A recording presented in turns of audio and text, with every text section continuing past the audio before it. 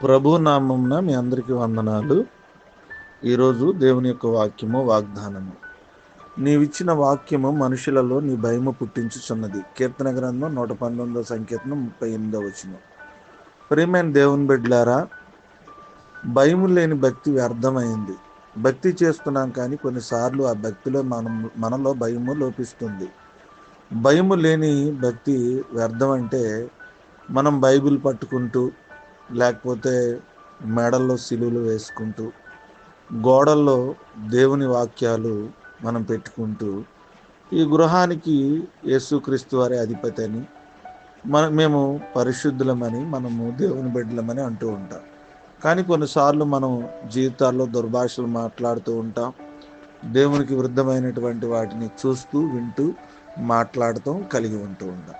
కానీ దేవుని వాక్యం ఏమని చెబుతుందంటే, ఏ మనిషికి దేవుని భయం ఉంటుందో ఆ వ్యక్తి వాక్యానుసారంగా జీవిస్తాడు. ఆ వ్యక్తిలో భయము తను పాపం చేయకుండా, పాపాన్ని నియంత్రించుకునే స్థితిలో, పాపం జోలికి వెళ్లకుండా జీవించేటువంటి విధానాన్ని కలిగి ఉంటాడు. ప్రియమైన దేవుని బిడ్డారా, ఈరోజు మనము దేవుని భయాన్ని, దేవుని వాక్యం అంటే భయం ఉంటే మన జీవితంలో మనలో ఉన్నటువంటి ప్రతి బలహీనతను సరి చేసుకుని దైవికంగా జీవించవలసినటువంటి అవసరం ఉంది.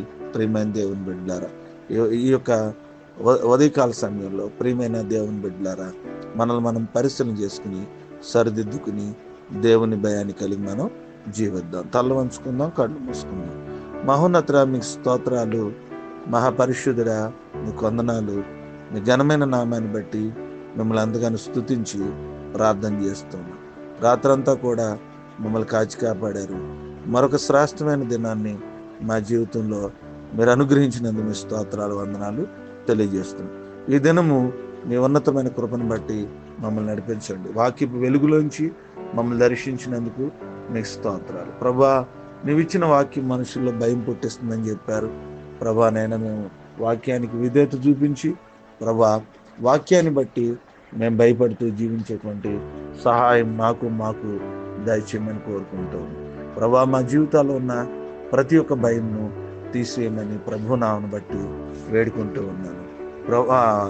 భయము కలిగి జీవించట్లో, వాక్యాన్ని బట్టి భయము కలిగి జీవించట్లో మీ సహాయం చేయమని కోరుకుంటూ ఉన్నాను.